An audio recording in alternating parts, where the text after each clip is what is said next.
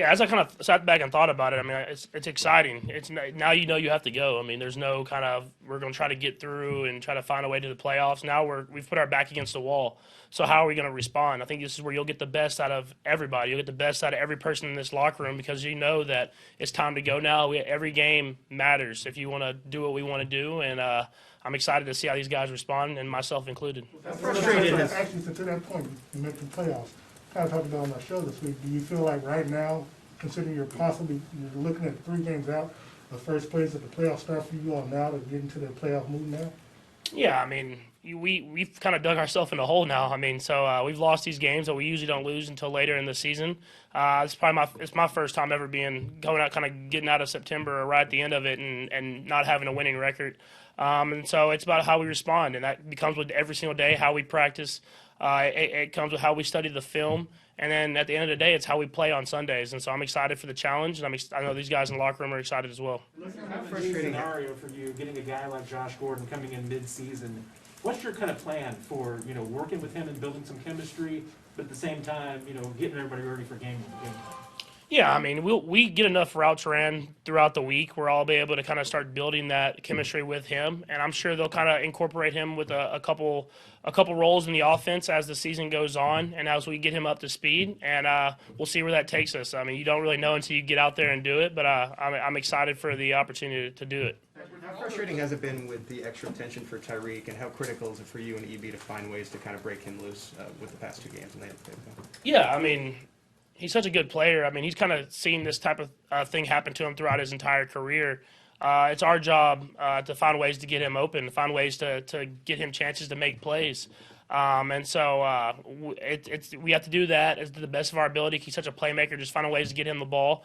And then at the end of the day, other guys got to step up and make plays as well. And so it's definitely frustrating in the sense that we want to get him involved as much as possible, but I think we're ready for the challenge of it, and we've done it over these last few years, so we'll find a way to do it again. Patrick, as a leader of the team, you guys the past couple of years have been talking about the championship swagger.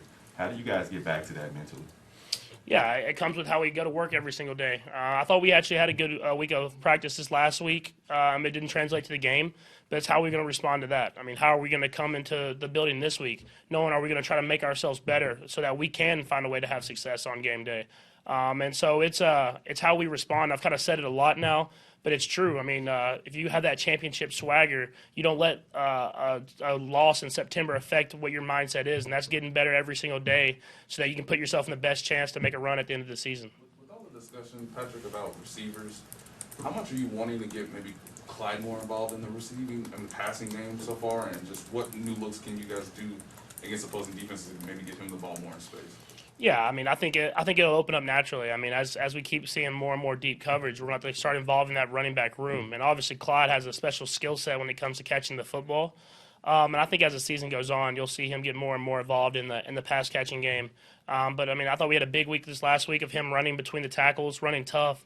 It wasn't those big splash runs; it was those hard-earned yards, and we're going to need that if we want to be who we want to be at the end of the season. One of the things that Josh Gordon's never had a problem on the field. He's been great on the field, but he can't stay on the field because of what he's done off the field. He hasn't finished the season since 2012. As a leader of the team, do you have time during the year to try to help mentor someone and make sure they're doing those things right, or do you just have to, like, if you can do it, you can do it. If not, you're gone. How does that work with you guys? I mean, I think you build relationships and kind of you build that stuff off the field with everybody. I don't want to just single him out. I mean, I think every single person I've built relationships with, these are my friends that are in this locker room. It's not just like we're coming to work and we're working together.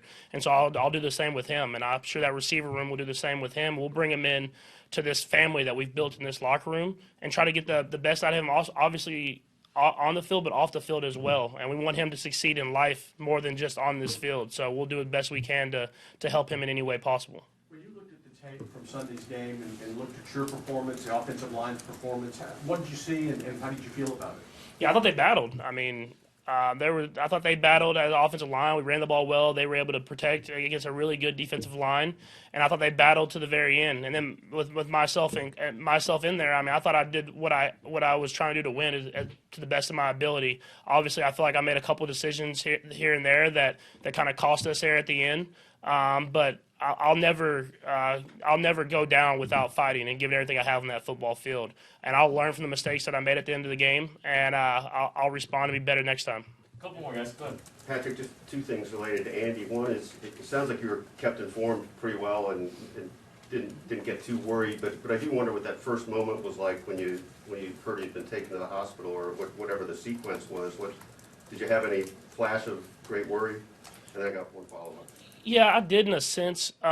You obviously are worried just in general when stuff like that happens, but they told me kind of the scenario. They told me what was going on.